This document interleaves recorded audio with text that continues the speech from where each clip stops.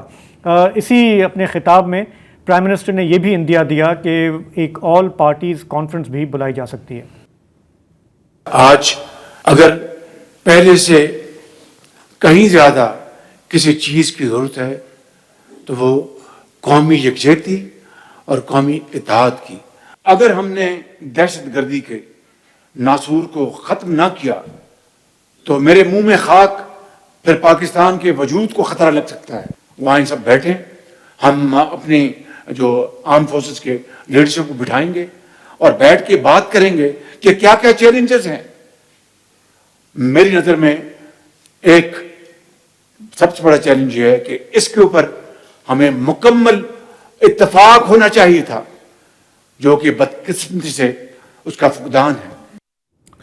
ہونا چاہیے ہونا چاہیے اور ماضی میں ہم نے دیکھا ہے کہ جو قدرن کامیاب آپریشنز ہوئے ہیں ان کے لیے پہلے آپ کو پولیٹیکل کنسنسس بلڈ کرنا پڑا ہے۔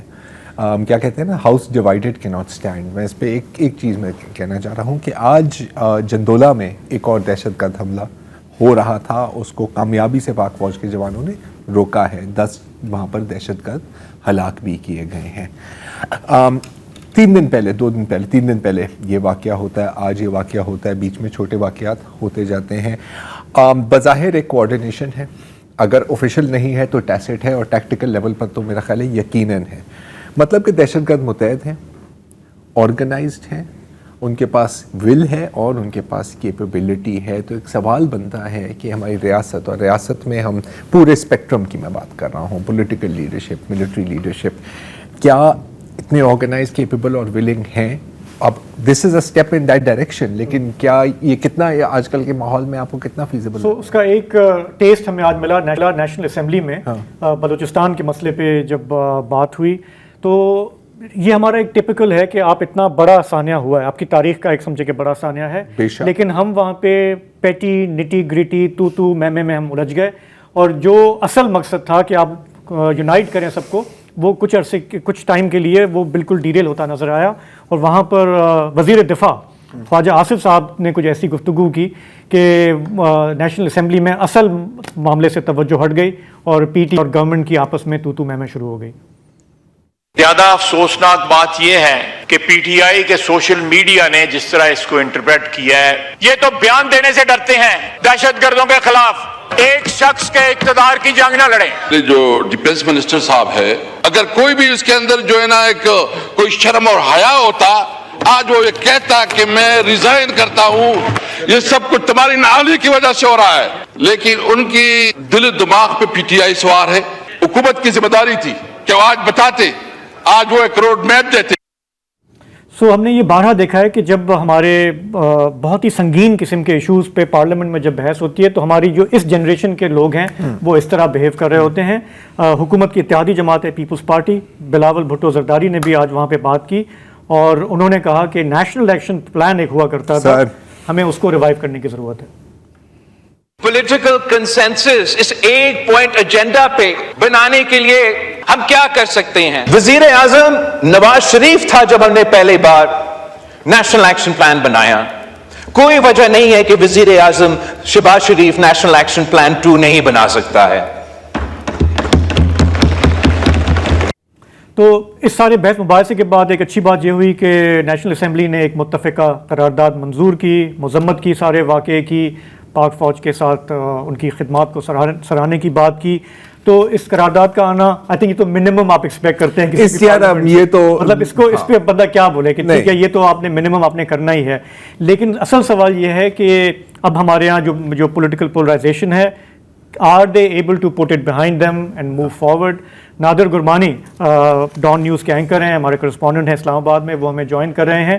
نادر، آپ سے بس ایک سوال، اور وہ یہ کہ ہم نے تقاریر سن لی، ہم نے دیکھ لیا ماحول کیا تھا، آپ کی جہاں تک انٹریکشن ہوتی ہے آپ کو نظر آتا ہے کہ اس انتہائی اہم معاملے پہ یہ لوگ ساتھ مل کے بیٹھ سکتے ہیں، آگے بڑھ سکتے ہیں؟ دیکھیں جو بلوچستان کے ایشو پہ ہم نے دیکھا کہ اس دن جب یہ افسوسناک واقعہ پیش آیا تو اس دن بھی اجلاس کی کارروائی جاری تھی، لیکن اس وقت بلوچستان کے معاملے پر جو ہے وہ بحث نہیں کی گئی۔ آج ہم نے ماضی میں دیکھا ہے کہ آج جو حکومتی بینچز پر موجود لوگ ہیں، ماضی میں جب اس طرح کے افسوسناک واقعات پیش آتے تھے تو وہ ریکوزیشن بھی جمع کرواتے تھے، وہ اس متعلقہ وزیر کے استعفے کی بھی بات کرتے تھے، وزیر اعظم سے بھی استعفے کی بات کرتے تھے، لیکن ہم نے یہ ضرور دیکھا ہے کہ آج کے اجلاس میں قرارداد تو منظور ہوئی، لیکن اس کے علاوہ وزیر داخلہ اگر آپ بات کریں تو وہ ایوان میں موجود نہیں تھے، وزیر اعظم جو ہیں وہ ایوان میں موجود نہیں تھے، آج کوئٹہ میں موجود تھے۔ قرارداد کے علاوہ جو ہمیشہ پارلیمنٹ کو اعتماد میں لینے کی بات کی جاتی ہے، آج اس افسوسناک واقعے کے باوجود جو اجلاس جاری تھا اس میں صرف قرارداد منظور ہوئی، حکومت کی جانب سے کوئی پالیسی بیان جو ہے وہ سامنے نہیں آیا۔ اس واقعے کے حوالے سے آپ نے بھی دیکھا ہوگا کہ جو مختلف سوالات اٹھ رہے تھے، سیکیورٹی فیلیئرز کے حوالے سے اپوزیشن جو سوالات اٹھا رہی تھی، اور اسی اجلاس میں وزیر دفاع جو ہیں وہ موجود ضرور تھے، لیکن ان کی جانب سے بھی ایوان کو اعتماد میں نہیں لیا گیا، جو ڈیٹیلز ہیں وہ سامنے نہیں رکھی گئی۔ ہم نے یہ ضرور دیکھا کہ بعض رہنماؤں نے تقاریر کی اور وہ اجلاس سے روانہ ہو گئے، جیسے وہ یہ صرف چاہ رہے ہوں کہ ہم نے ریکارڈ پہ رکھ لیا کہ تقریر کی تھی اور وہ نکل گئے۔ اس کے بعد ہم نے دیکھا کہ خواجہ آصف صاحب نے بھی جب تقریر کی اور اسد کیسر نے جواب دیا تو خواجہ آصف صاحب جو ہیں وہ ایوان میں اس وقت موجود نہیں تھے۔ تو اس حوالے سے اگر میں بات کروں تو اس افسوسناک واقعے پہ ایک جو یونٹی کی بات حکومت کر رہی تھی، لیکن وہ بھی صرف باتوں کی حد تک تھی، کیونکہ ایوان میں دونوں طرف سے صرف اس واقعے پر بھی سیاست ہی ہوئی۔ حکومت کی جانب سے بھی اگر جس طرح پرائم منسٹر نے اندیا دیا، آل پارٹیز کانفرنس ہوتی ہے بلوچستان پہ، لا اینڈ آرڈر پہ، تو آپ کا کیا خیال ہے؟ پی ٹی آئی بیٹھے گی، جائے گی؟ دیکھیں پی ٹی آئی کے حوالے سے اگر بات کریں تو محمود خان اچکزئی صاحب جو ہیں وہ اس وقت اپوزیشن الائنس جو ہے اس کو لیڈ کر رہے ہیں، تو میرا خیال ہے کہ محمود خان اچکزئی نے ہمیشہ یہ رائے رکھی ہے کہ جو حکومت بلاتی ہے یا اجلاس ہوتے ہیں تو اس میں شرکت کی جائے۔ اب یہ پھر پی ٹی آئی پہ ڈیپینڈ کرتا ہے، لیکن میرا خیال ہے کہ اپوزیشن لیڈر ہو یا دیگر رہنما ہوں، ان کی جانب سے شرکت جو ہے وہ ضرور کی جائے گی۔ لیکن اوور آل اگر ہم اس واقعے پہ بات کریں تو اس میں جو میں نے دیکھا ایوان کے اندر وہ یہی تھا کہ سیاست پہ زیادہ بات ہوئی، پی ٹی آئی پہ جو ہے وہ فوکس زیادہ تھا، پالیسی بیان کیا تھا، واقعے کی تفصیلات کیا تھیں، وہ وزیر دفاع کی موجودگی کے باوجود ایوان کو جو ہے وہ اعتماد میں نہیں لیا گیا۔ دونوں طرف سے جو ہے وہ صرف الزام تراشی ہی ہوتی رہی ہے۔ ماضی میں آپ کو یاد ہوگا کہ جب ٹرین کا سندھ میں واقعہ پیش آیا تھا اور آگ لگی تھی تو اس وقت میرا خیال ہے کہ شیخ رشید صاحب وزیر ریلوے تھے، تو اس وقت یہ مطالبہ کیا گیا کہ وہ استعفیٰ دیں، لیکن اس وقت صرف اور صرف بلوچستان کے اندر بھی پیپلز پارٹی کی حکومت ہے، لیکن کوئی اس وقت ایوان میں جو حکومتی بینچز پر موجود لوگ ہیں انہوں نے کسی کے استعفے کی بات نہیں کی۔ استعفے کے علاوہ اگر ہم بات کریں تو ایوان میں پالیسی بیان ہی نہیں دیا گیا، کوئی تفصیلات ایوان میں نہیں جو ہے وہ سامنے رکھی گئی۔ ٹھیک ہے، میں بھی ایک سوال ہے لیکن ایک وقفہ لیتے ہیں، پھر وقفے کو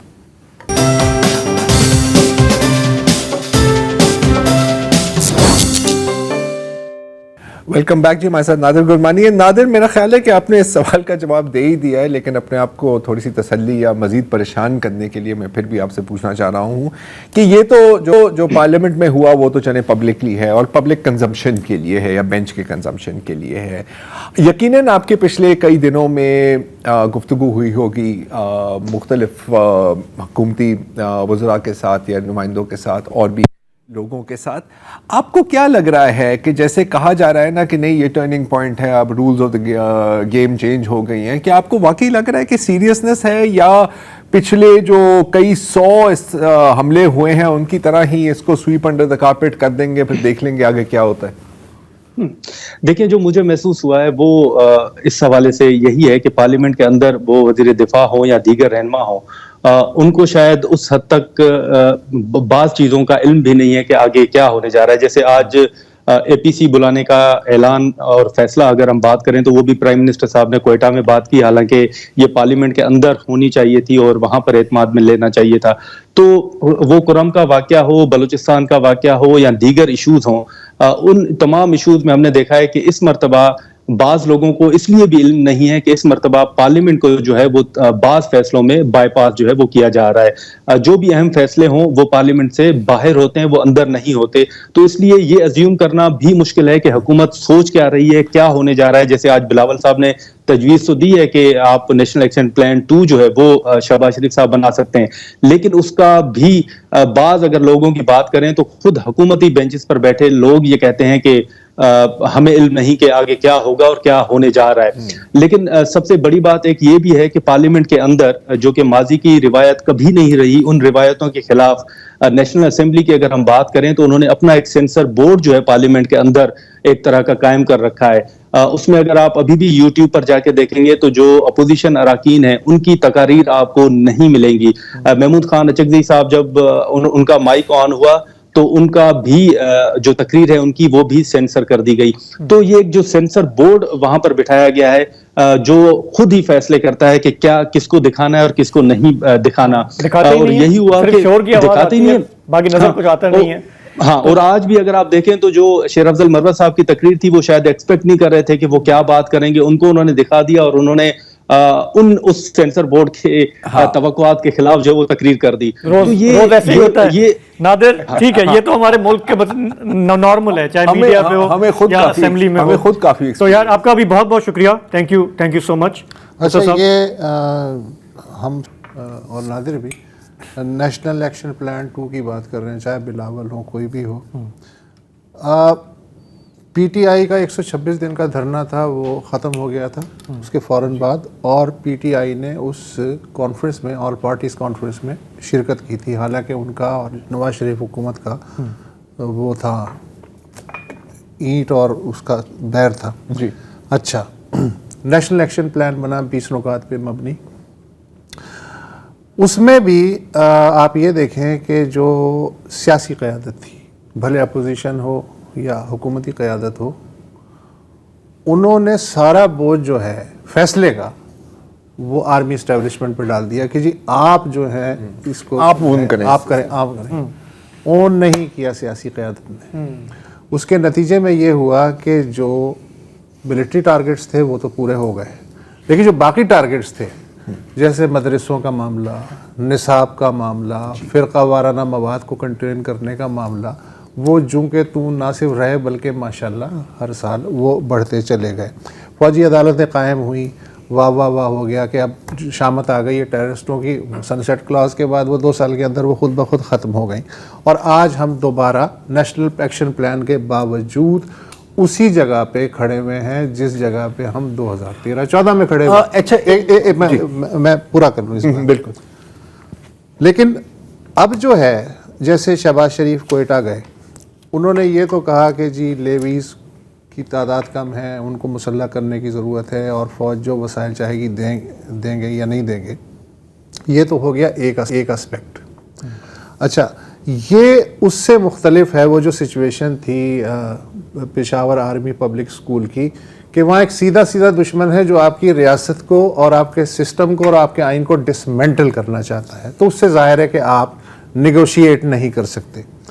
یہ جو نیشنل ایکشن پلان ہے بلوچستان کے بارے میں, یہ اگر بنا بھی اس کانفرنس کے نتیجے میں, جو کہ ابھی نہیں ہے, صرف ایسی ویک سا تصور ہے, تو اس میں صرف یہ نہیں ہونا چاہیے کہ جی اس پہلے نیشنل ایکشن پلان کہ جی آپ چونکہ انوالو ہیں لہٰذا آپ ہیں.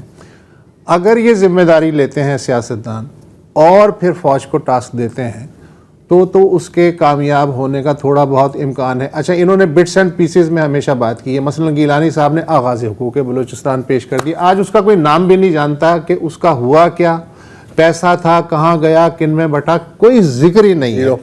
یا پھر یہ ہے کہ ہم سختی سے دہشت گردوں کو کچل دیں گے, دوسرا اینڈ یہ ہے. تو یہ آبویسلی ایک ایکسٹرنل, ہم بہت آسان ہے کہ ہم کہہ دیں جی بھارت یہ کر رہا ہے, فلانا یہ کر رہا ہے, ہاں کر رہے ہیں وہ. تو یہ جو پرابلم ہے یہ انٹرنل بھی ہے اور یہ ایکسٹرنل بھی ہے. میں اس کانفرنس سے جو کہ اگر کبھی ہو گئی یہ توقع کروں گا کہ وہ فوجی حل کی بات بھی کرے, کیسے ممکن ہے, اقتصادی حل جو کہ عام آدمی تک ٹرکل ڈاؤن ہو سکے, اس لیے کہ بہت بڑا یہ پرابلم ہے. وہ کیا ہے, پھر جو بنیادی حقوق ہیں ان کا کیا میکنزم ہوگا, وہ کیسے بحال ہوں گے, جو ان کے مسائل ہیں. مثلاً سب سے بڑا, چاہے وہ آئین پاکستان پہ یقین رکھنے والی بلوچ قیادت ہو یا آئین کے خلاف بات کرنے والی بلوچ قیادت ہو, وہ کہتے ہیں جی غائب افراد, یہ بہت سنگین مسئلہ ہے, اس کو سیاسی قیادت اپوزیشن پلس ٹریجری مل کے کیسے حل کر سکتی ہیں, اور جو آئین کے اندر حقوق ہیں وہ کس طرح لاگو ہو سکتے ہیں. باتیں کر لیتے ہیں لیکن لاگو نہیں کرتے ہیں. جی, تو اس کے بعد ہی کوئی امید کی کرن ہو سکتی ہے, ورنہ باتیں ہوتی رہیں. یہ تمام باتیں جو آپ نے کی وہ ایک نقطے پر آ کے منتج ہوتی ہیں. نیشنل ایکشن پلان جو 1 تھا, اس کا پوائنٹ نمبر 17 جو کہتا ہے کہ بلوچستان حکومت کو فلی امپاور کیا جائے گا کہ وہ پولیٹیکل ریکنسیلیشن کے لیے جو بھی کام کرنا ہے وہ کرے, اور سارے اسٹیک ہولڈرز اس کی اونرشپ لیں گے. جب آپ پولیٹیکل فورسز کو آگے بڑھنے دیں, آپ ان کو حقیقی نمائندے اپنے چننے دیں, تو مسئلے کا حل نکل آتا ہے. یہ جو ہم نے ابھی بات کی نکل سکتا ہے, لیکن جب آپ الاؤ نہیں کریں گے, ان کی قیادت کو تو ابھرنے دیں. تو میرے حساب سے تو نیشنل ایکشن پلان 1 میں ہی آپ کا حل موجود ہے, بشرطے کہ آپ اس پہ مصنوعی قیادت کو مسلط نہ کریں نا. حل ہمارے پاس ہمیشہ موجود رہے ہیں, یہ تو ہم اچھی طرح سے جانتے ہیں. دیکھیں اگین جو آپ نے بات کی نا اونرشپ کی, تو میں ایک مثال دینا چاہ رہا ہوں کہ یار فرض کریں میں پوری زندگی نا میں نے مطلب گھی بھرا کھانا کھایا ہے, مطلب نہاریاں 24 گھنٹے. اچھا فائنلی کیا ہوا, مجھے اوپن ہارٹ سرجری کی ضرورت ہے. سرجن ملٹری ہے یہاں پر, کاٹ دیں گی, کھول دیں گی, آپ کو مرمت کر دیں گی. پولیٹیکل ڈیسیجن یہ ہے کہ آج کے بعد نا میں نے ناشتے میں نہاری نہیں کھانی, ٹھیک ہے. تو پوائنٹ ہے اس کی, یہ جو آپ نے بات کی کہ کائنیٹک آپریشنز ہم نے کر لی اور کامیابی سے کر لی, we got our targets, we cleared North Waziristan, ساری چیزیں. اس کے بعد وہاں کیا ہوا, اس کے بعد کیا ہوا, رائٹ. مجھے جو اگین اب دیکھیں یہ ساری چیزیں ہیں, میں چاہوں گا, میں یہ یقین کرتا ہوں کہ آپ کے پاس ول بھی ہے, آپ کے پاس کیپیبلٹی ہے. ول کا سوال ہے, میں یقین کرتا ہوں کہ آپ کے پاس کیپیبلٹی ہے. لیکن پھر میں ایک اور چیز دیکھتا ہوں کہ 5 مہینے گزر گئے ہیں اور پارا چنار جانے والا رستہ 15 کلومیٹر کا رستہ نہیں کھل پا رہا, پوری ریاست نہیں کھول پا رہی. تو بلوچستان اتنا بڑا صوبہ قدراً 15 کلو زیادہ ہے. تو چلیں ہم بہتری کی امید کریں گے. فی الحال یہاں پہ لیں گے ایک بریک, واپس آئیں گے تو بات کریں گے ہمارے سماجی شعبے کی اور بیرون ملک پاکستانی اس میں کیا کردار ادا کر سکتے ہیں.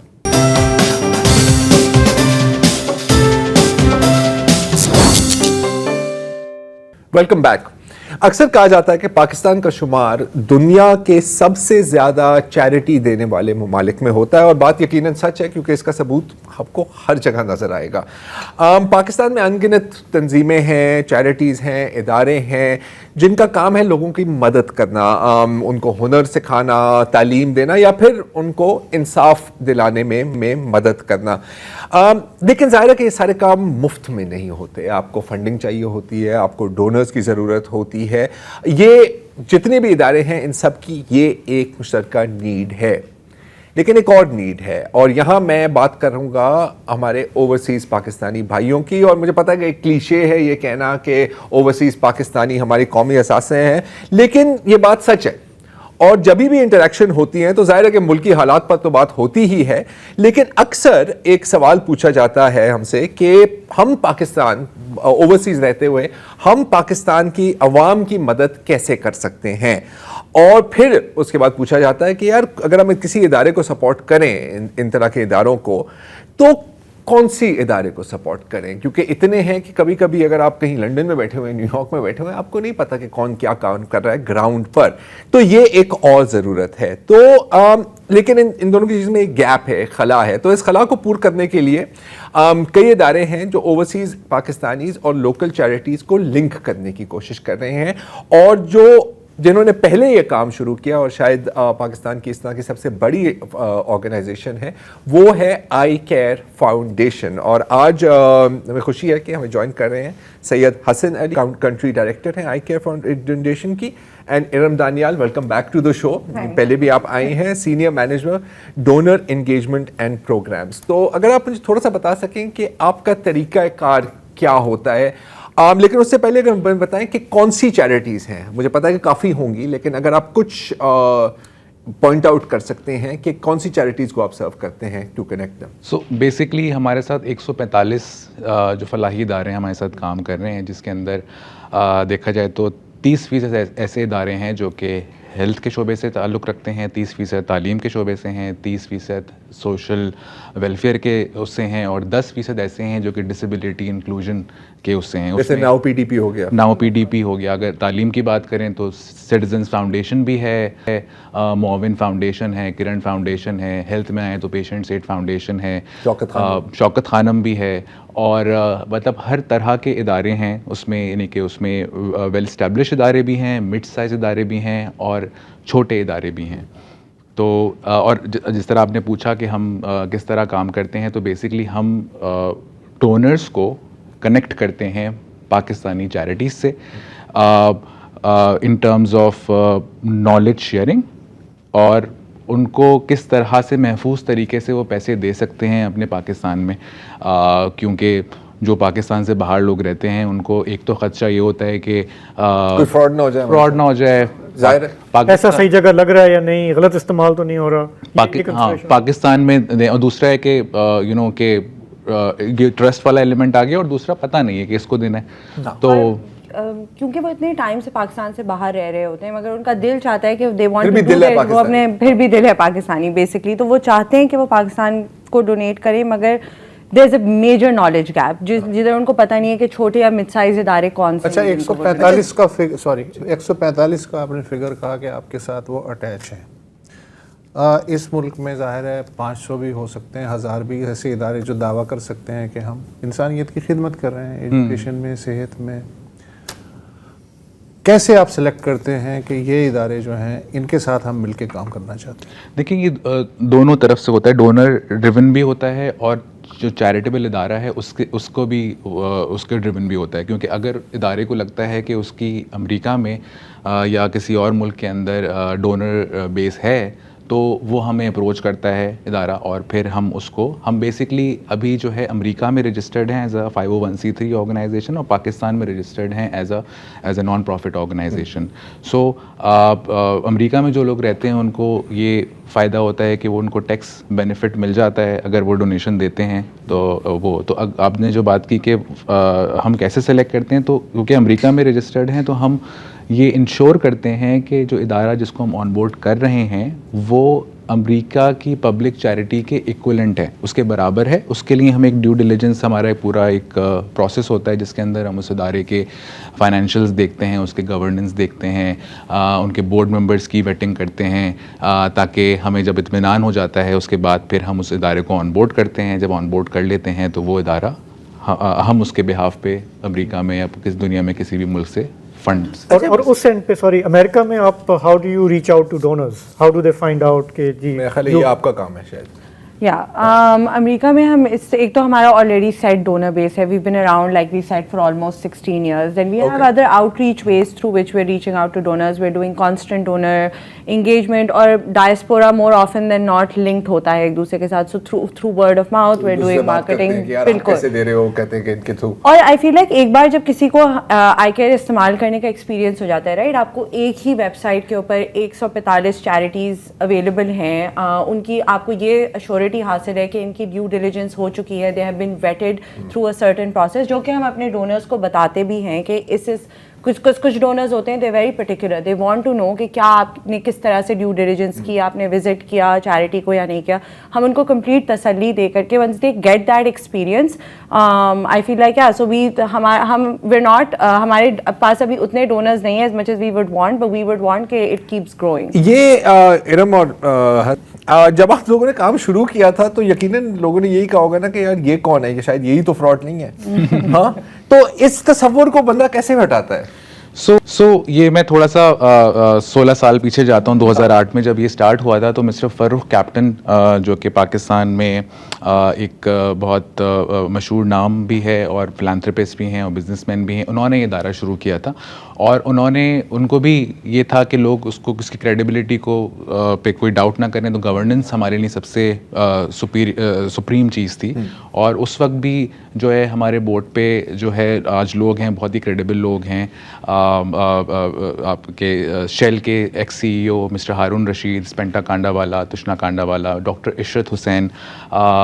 سو all these people are reputable and امریکہ وہ نام جس پہ اعتماد کر سکتا ہے.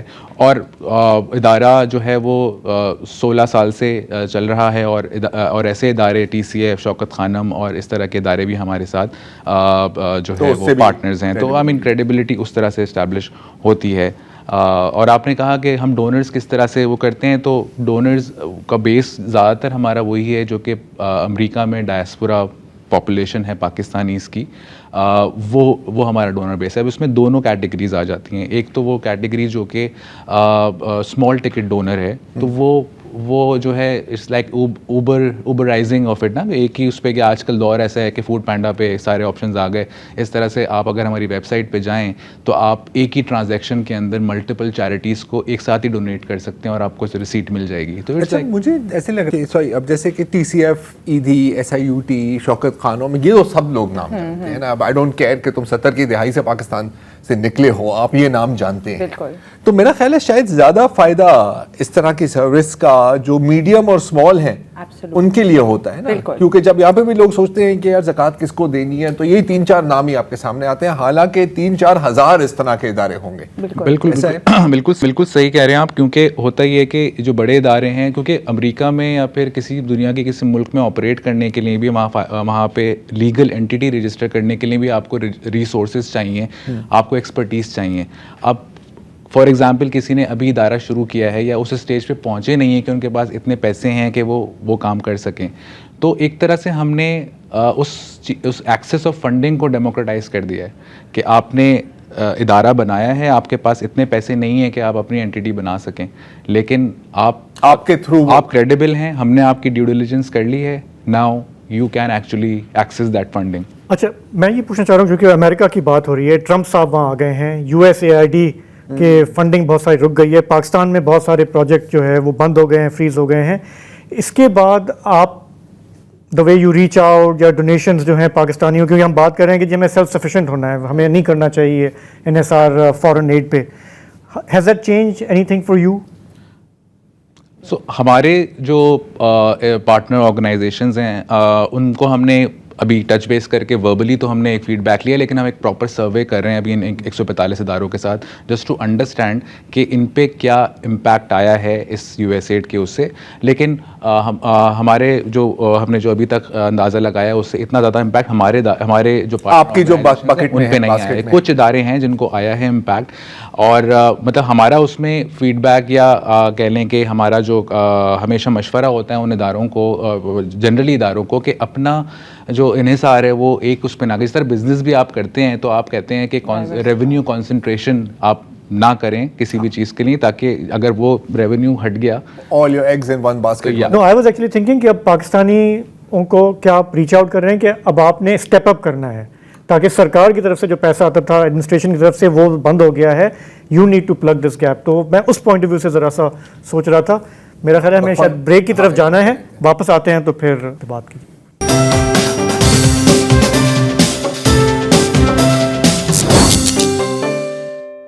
Welcome back. ہم بات کر رہے ہیں سید حسن علی اور ارم دانیال سے. تو بریک سے پہلے ہم آپ سے پوچھ رہے تھے کہ یہ جو ٹرمپ صاحب نے جو بین لگا دیا USAID پہ, یہاں پہ بہت ساری چیریٹیز ہیں جو پریشان ہو رہی ہوں گی, ان کی فنڈنگ ختم ہوئی ہوگی, ان کی ہیلپ آپ کر پا رہے ہیں؟ ایک ادارہ ہمارے پاس جو ہے ہمارا پارٹنر آرگنائزیشن ہے جو کہ غریب لوگوں کی قانونی معاونت کرتے ہیں. سو وہ انہوں نے ہمیں ریچ آؤٹ کیا کہ کیونکہ ان کو کافی زیادہ لوگوں کو لے آف کرنا پڑا, تقریباً 150 لوگ کو لے آف کرنا پڑا, تو اس وجہ سے دے ریچڈ آؤٹ ٹو اس. اب ان کو ہم, کیونکہ جب وہ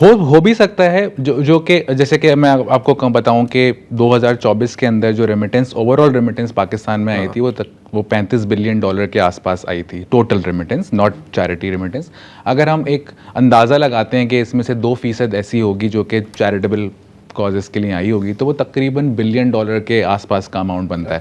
2-2.5% اگر ہم بات کرتے ہیں تو اتنا مطلب انبلیویبل اتنا $1 بلین. ویسے یہ ملک ہی اسی طرح چل رہا ہے، اسی طرح چل رہا ہے. مطلب کچھ اچھے لوگ ہیں جو چلا رہے ہیں. نہیں ایسے ہی ہے باس. لیکن اس میں ایک امپورٹنٹ بات یہ ہے کہ اگر ہم فنڈنگ گیپ کی بات کریں، سو ایجوکیشن جو ورلڈ بینک کے ڈیٹا کے حساب سے اگر ہم دیکھیں اس کو، تو تعلیم میں، ہیلتھ میں اور سوشل ویلفیئر کے اندر اگر ہم سارے اس کو دیکھیں تو تقریباً $20 سے $25 بلین کا فنڈنگ گیپ ہے. کتنا؟ $20 سے $25 بلین کا فنڈنگ گیپ ہے سالانہ. سو اگر وہ ہم یہ بات مان بھی لیں $1 بلین یا $2 بلین، تو وہ 5 یا 10% ہی کور کر رہا ہے. ویری کوئکلی ضمنی سوال کہ ہمارے یہاں یہ جو فائنینشیل ٹرانزیکشنز، چیریٹی کا پیسہ آنا جانا، اس پہ کچھ عرصہ پہلے بہت زیادہ سختیاں ہوئیں، کنسرنز بھی تھیں. تو اسٹیٹ بینک اس میں انوالو ہے یا نہیں ہوتا؟ How does it work? So پھر ایک ادارہ بنا تھا جس کا نام تھا اکنامک افیئر ڈویژن. سو جب یہ FATF کی جب گرے لسٹ میں پاکستان آ گیا تھا تو اس کے بعد یہ ادارہ بنا تھا. تو اس ادارے کی ذمہ داری یہ تھی کہ مختلف ایجنسیز کے ساتھ کام کر کے ان اداروں کو ایک اپروول ایک طرح سے دیتے ہیں کہ اگر آپ کے پاس کہیں باہر سے پیسے آ رہے ہیں، پاکستان سے باہر سے، تو وہ اپروول ضروری ہے.